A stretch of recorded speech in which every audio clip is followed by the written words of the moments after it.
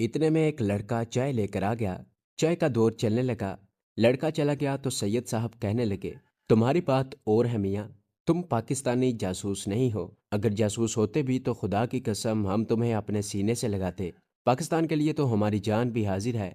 मगर तुम एक बुलंद तरीन मकसद लेकर यहाँ आए हो। अगर तुम्हारे पासपोर्ट पर अमृतसर का भी वीज़ा लगा होता तो शायद तुम्हें इतनी परेशानी न उठानी पड़ती। मगर चूंकि तुम्हारे पास दिल्ली का ही वीज़ा था और तुम वहां से छुप कर यहाँ आए हो, इसलिए कुदरती बात है कि तुम्हारे पीछे खुफिया पुलिस लग गई। क्योंकि दिल्ली दारुल हुकूमत है। जो पाकिस्तानी दिल्ली का वीज़ा लगवा कर आते हैं, पुलिस उनकी निगरानी करती रहती है। अगर कोई पाकिस्तानी दिल्ली से बाहर किसी शहर का रुख करे तो फिर वो उसे जासूस समझकर उसके पीछे लग जाती है। तुम्हारे साथ भी यही हुआ था। मगर तुम फिक्र ना करो, यहाँ अब तुम्हें परेशान करने कोई पुलिस वाला नहीं आएगा। मैंने मतलब की बात शुरू करते हुए कहा, शाह जी मुझे ये बताएं कि मैं मुजाहिद कमांडो कमाल शाह के पास किस तरह पहुंच सकता हूं। सैयद साहब कहने लगे, मैं तुम्हें हरदा ज़िला होशंगाबाद तक पहुंचने का रास्ता तो बता दूंगा, मगर उसके आगे तुम्हें खुद कमाल शाह साहब को तलाश करना होगा। मुझे इतना ज़रूर मालूम है कि हरदा से कोई 10-11 मील दूर दरियाए जब्दा के किनारे सबक रियासत इंदौर के हदूद में कुवैत नाम का एक गांव है। बस यहीं से वो जंगल शुरू होता है जिसके अंदर कहीं कमाल शाह ने अपना ठिकाना बनाया हुआ है। हमने सुना है कि वहाँ वो ख़ास ख़ास कश्मीरी हुर्रियत परस्तों को कमांडो की ट्रेनिंग देते हैं।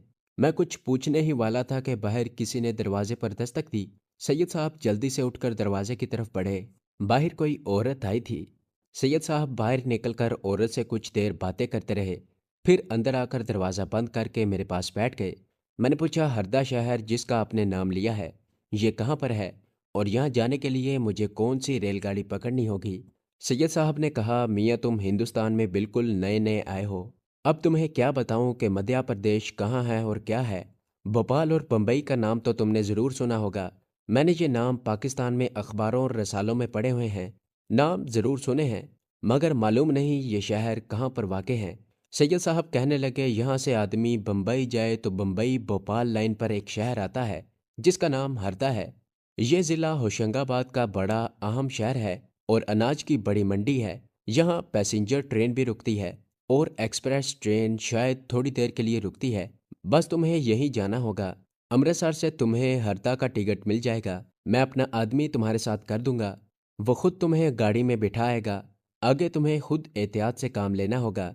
मैंने अभी तक सैयद साहब को अपने वालिद साहब की दूसरी वसीयत के बारे में नहीं बताया था कि मेरी छोटी बहन को सिख गुंडे ने फसादात में शहीद कर दिया था और मेरा बाप बेटी की लाश खेतों में जिस जगह छोड़कर मेरे साथ भागा था, मुझे वहां जाकर फातिहा भी पढ़नी है और अपनी शहीद बहन की रूह से वालिद साहब की तरफ से माफ़ी भी मांगनी है। जब मैंने उन्हें इस बारे में बताया तो वो बोले, यह बड़ा जज्बाती सा काम तुम्हारे वालिद साहब तुम्हारे सुपुर्द कर गए हैं। तुम्हारे पीछे पहले ही खुफिया पुलिस लगी हुई है। कहाँ खेतों में जगह तलाश करते फिरोगे? 12 साल गुजर गए हैं इस बात को। मालूम नहीं अब वहाँ खेत होंगे या कोई बिल्डिंग बन गई होगी। मैंने कहा, यह मेरे वालिद साहब की वसीयत थी। मैं हर हालत में उनकी वसीयत को पूरा करना चाहता हूँ। अमृतसर शहर के इर्द गिर्द का सारा इलाका मेरा जाना पहचाना है। जब पाकिस्तान बना तो मुझे उस वक्त काफ़ी होश था। मैं वो जगह पहचान लूँगा जहाँ मेरे मियाँ जी ने मेरी छोटी बहन की लाश को ज़मीन पर रख दिया था। मैं उस वक्त उनके साथ था।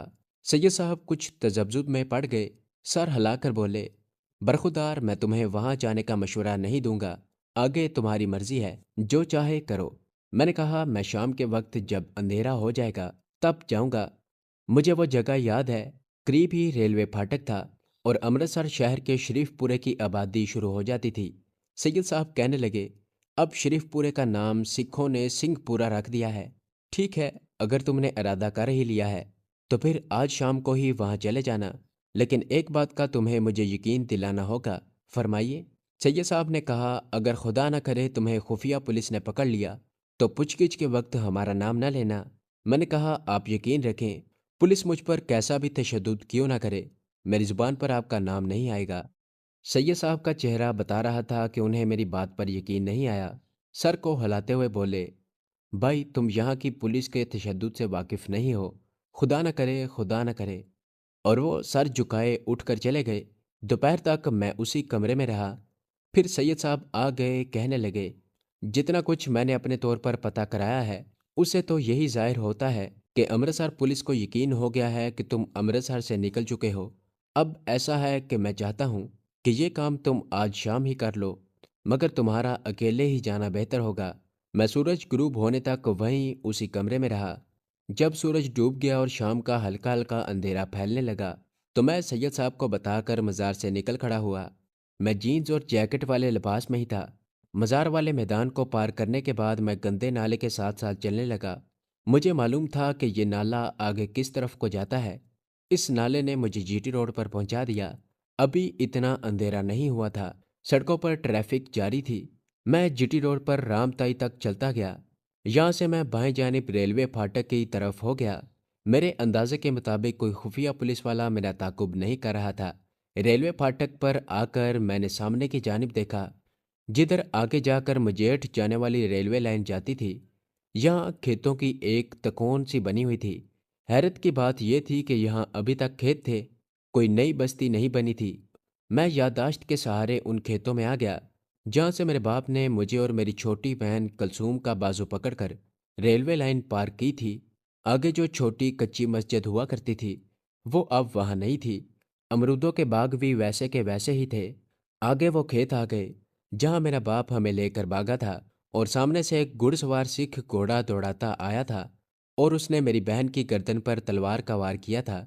यहाँ से मेरा बाप मेरी जख्मी बहन को उठाकर खेतों में से भागता हुआ चला गया था। मैं रोता हुआ उसके साथ साथ भाग रहा था।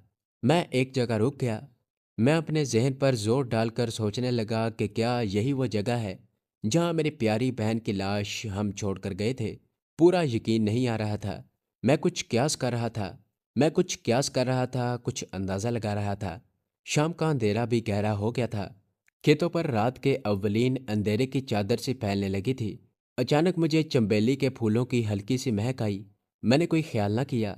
मैंने सोचा हो सकता है इधर उधर कहीं खेत में चंबेली लगी हो, और ये उसके फूलों की खुशबू हवा के साथ इधर आ गई हो। मैंने दूसरे खेत में जाने के लिए कदम उठाए तो चंबेली की खुशबू तेज हो गई। बिल्कुल इस तरह लगने लगा जैसे किसी ने चंबेली के फूल मेरे चेहरे के करीब कर दिए हों।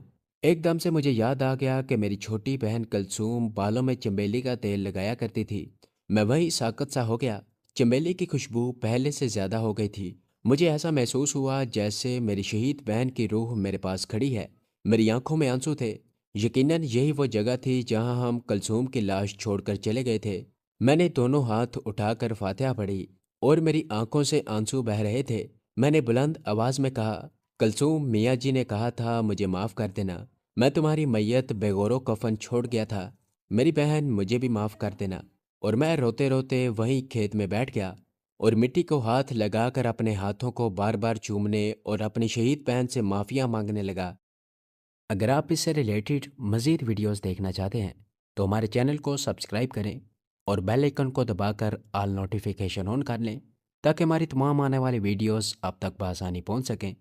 तो चलते हैं कहानी की तरफ। मैं देर तक खेत में बैठा दोनों हाथ अपने चेहरे पर रखे रोता रहा। जब मेरा गम कुछ हल्का हुआ तो आहिस्ता आहिस्ता चलता खेत से बाहर निकल आया। उस वक्त चारों तरफ रात का अंधेरा फैल चुका था। मैंने महसूस किया कि चंबेली की खुशबू मेरे साथ साथ आ रही थी। जब मैं रेलवे फाटक पर पहुंचा तो चंबेली की खुशबू पहले से हल्की हो गई। मैं जीटी रोड पर आया तो चंबेली की खुशबू मेरे से जुदा हो गई। अपनी बहन को याद करके मेरी आंखों में एक बार फिर आंसू आ गए। मैंने रुक कर पीछे देखा। पीछे अंधेरे में टहनियों के दरख्तों के हयूले नजर आ रहे थे। मैंने आह भर कर कहा, अलविदा मेरी बहन, अब हशर के रोज मुलाकात होगी। जिस वक्त मैं मज़ार पर वापस आया तो मज़ार की बत्तियां रोशन थीं। सैयद साहब मज़ार के बाहर एक तरफ बेचैनी से टहलते नजर आए। मुझे देखकर जल्दी से मेरे पास आए और सख्त नाराज होकर बोले, तुमने कमाल कर दिया, इतनी देर लगा दी। मैं तो सख्त परेशान हो गया था। जल्दी से पीछे क्वार्टरों वाली कोठरी में चले जाओ, तुम्हारे पीछे तो कोई नहीं लगा हुआ। मैंने कहा, मेरा नहीं ख्याल पीछे कोई लगा हो। खुदा के वास्ते जल्दी से अंदर जाओ, मैं आता हूँ। ये कहकर सैयद साहब मज़ार के अंदर चले गए। मैं दूसरी तरफ वाले दरेक के दरख्तों में से गुजरकर अकबी क्वार्टरनुमा कोठरी में आ गया, जिसका दरवाज़ा खुला था। थोड़ी देर बाद सैयद साहब भी आ गए। उन्होंने वास्कट की जेब से रेलगाड़ी का जर्द रंग का एक टिकट निकाल कर मुझे दिया और कहने लगे, ये अमृतसर से हरदा स्टेशन का रेल का टिकट है। ये थर्ड क्लास का टिकट है। गाड़ी रात को 9:40 पर अमृतसर से रवाना होती है। तुम आज रात ही यहाँ से निकल जाओ, कहीं ऐसा न हो कि तुम्हारे साथ हम भी किसी मुसीबत में फंस जाएं। मैंने टिकट लेकर जेब में रख लिया और सैयद साहब का शुक्रिया अदा किया। उन्होंने दूसरी जेब में हाथ डालकर अपना बटुआ निकाला, उसे खोला और उसमें से इंडियन करेंसी के 10-10 के 6 नोट निकालकर मुझे दिए और कहा, काश मैं इससे ज्यादा तुम्हारे लिए कुछ कर सकता। इसे मेरी जानिब से नजर समझकर कबूल कर लेना। मैंने कहा, शाह जी मेरे पास इंडियन करेंसी मौजूद है, आप जहमत न करें। मगर सैयद साहब ने रुपए वापस लेने से इनकार कर दिया। कहने लगे, इस वक्त 7:30 बजे हैं, अभी ट्रेन में काफ़ी टाइम है। मैंने खाना मंगवा लिया है, खाना मेरे साथ खाकर ही जाना। मैंने पूछा कि ट्रेन हरदा स्टेशन पर किस वक्त पहुंचेगी। सैयद साहब ने कहा, यह बड़ा लंबा सफ़र है, बस तुम डिब्बे के किसी कोने में बैठ जाना। जब आज की रात और कल की रात भी ट्रेन में गुजर जाए तो किसी मुसाफिर से पूछ लेना कि भोपाल कितनी दूर है। भोपाल के बाद होशंगाबाद का स्टेशन आएगा, उसके बाद हरदा का छोटा सा स्टेशन आएगा, बस वहीं उतर जाना। फिर उन्होंने जेब ही से छोटी सी नोटबुक निकाल कर खोली, उसमें से किसी का नाम पढ़ा और नोटबुक बंद करके जेब में रख ली और मुझे कहा, हरदा जाकर एक शख्स से मिल लेना, वो मुजाहिद कमांडो कमाल शाह का ठिकाना तुम्हें बता देगा। ये आदमी दो एक बार कमाल शाह कमांडो के साथ यहाँ भी आ चुका है, उसके आगे मेरा नाम लेना। हरगिज हरगिज किसी और से कमाल शाह कमांडो का जिक्र न करना। मैंने सैयद साहब को यकीन दिलाया कि मैं कमाल शाह का नाम किसी के आगे नहीं लूंगा। सैयद साहब कहने लगे, उस शख्स का नाम है, मगर मैं आपको उस शख्स का नाम नहीं बताऊंगा क्योंकि वो आज भी जिंदा है। मैं उसका पता भी आपको नहीं बताऊंगा जो सैयद साहब ने मुझे बताया था। इस तरह उस शख्स को नुकसान पहुंचने का शदीद खतरा लाहक हो सकता है।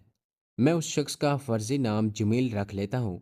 सईद साहब ने मुझे जमील का पूरा एड्रेस भी बता दिया और कहा, दुनियावी इखलाक के एतबार से जमील की शोहरत अच्छी नहीं है। वो बदमाश टाइप का आदमी है, मगर पाकिस्तान का सच्चा आशिक है और कश्मीर के जहाद में भी हिस्सा ले चुका है। हो सकता है वो तुम्हें खुद लेकर कमांडो कमाल शाह के पास ना जाए, मगर तुम्हें उसका ठिकाना बता देगा। मैंने सैयद साहब से कहा कि मुझे जमील का नाम और पता कागज़ पर लिख दें। उन्होंने कहा, नहीं, तुम दुश्मन मुल्क में हो और तुम्हारे पास हरदा भोपाल वगैरह का वीज़ा नहीं है। तुम जमील का नाम पता अच्छी तरह ज़हन नशीन कर लो। मैं अपने जहन में जमील का नाम और उसका एड्रेस दोहराने लगा। मुझे सब याद हो गया। इतने में खाना आ गया। मैंने सैयद साहब के साथ खाना खाया। इतनी देर में रात के 8:45 बज गए। सैयद साहब बोले, अपना पासपोर्ट संभाल कर रखना, यह पाकिस्तानी पासपोर्ट है। अगर रास्ते में कोई पूछ भी ले तो कह देना कि मैंने दिल्ली का वीज़ा लगवाया था, मगर भोपाल की सैर करने आ गया हूँ। इससे ज़्यादा और कोई बात ना करना। अब तुम यहाँ से सीधा रेलवे स्टेशन पर चले जाओ। बम्बई जाने वाली गाड़ी यहीं से तैयार होती है। कुली से पूछ लेना। यह ट्रेन किसी न किसी प्लेटफॉर्म पर एक तरफ खड़ी होगी, मुसाफिर भी बैठे होंगे। तुम भी थर्ड क्लास के डिब्बे में किसी कोने में दुबक कर बैठ जाना और ज़्यादा बाहर ना फिरना। फिर उन्होंने मुझसे पूछा कि क्या मुझे अमृतसर स्टेशन का रास्ता मालूम है। मैंने कहा, जी हाँ, जब मैं छठी जमात में पढ़ता था तो मैं अपने वालिद के साथ यहीं से गाड़ी में बैठकर लाहौर जाया करता था। बस ठीक है, लो फिर खुदा हाफिज, मैं पहले निकल जाता हूँ। तुम कोठरी से निकलकर पिछली तरफ से ग्राउंड पार करके सीढ़ियों वाले पुल की तरफ चले जाना। सैयद साहब ने मुझे गले से लगाया, फिर मुसाफा किया और खुदा हाफिज कहकर बाहर निकल गए। उनके जाने के 2 मिनट के बाद मैं भी कोठरी से निकलकर मज़ार के पीछे जो दरख्त थे उनके दरमियान से होता हुआ ग्राउंड में आ गया। ग्राउंड के आगे रेलवे लाइन की ऊंची दीवार थी। ज़रा आगे सीढ़ियों वाला पुल था जो रेलवे यार्ड के ऊपर बना हुआ था। ये सारे रास्ते मेरे जाने पहचाने थे। जब मैं ग्राउंड में से रात के अंधेरे में गुजर रहा था तो मैंने महसूस किया था कि कोई शख्स मेरा पीछा कर रहा है। एक जगह रुककर मैंने पीछे देखा, मगर मुझे कोई आदमी दिखाई न दिया। लेकिन हकीकत ये थी कि एक आदमी मेरा ताकुब कर रहा था। रात के 8:45 बजे का वक्त था। अमृतसर शहर में कोई इतनी ज़्यादा रोशनी नहीं थी। रेलवे लाइन पर सिग्नल की सब्ज और सुर्ख बत्तियां रोशन थीं। दाएं जानिब मकानों में रोशनी थी। सड़क पर काफ़ी फासले फासले पर स्ट्रीट लैंप रोशन थे। सीढ़ियों वाला रेलवे का पुल मुझसे थोड़ी ही दूर था। मैं सड़क पार करके पुल की तरफ बढ़ा तो अचानक किसी ने पीछे से मेरे बाजू को पकड़कर पंजाबी में पूछा कि किधर जा रहे हो। एक सेकंड के लिए मेरा जिस्म खौफ के मारे बेजान सा हो गया। तो ये थी हमारी आज की एपिसोड। उम्मीद करता हूँ कि आपको ये कहानी अच्छी लगी होगी। इसे लाइक करें, शेयर करें और कमेंट में अपना इज़हार ख्याल ज़रूर पेश करें। और अगर इस चैनल को सब्सक्राइब नहीं किया तो इस चैनल को सब्सक्राइब करें और बेल आइकन को दबाकर ऑल नोटिफिकेशन ऑन कर लें।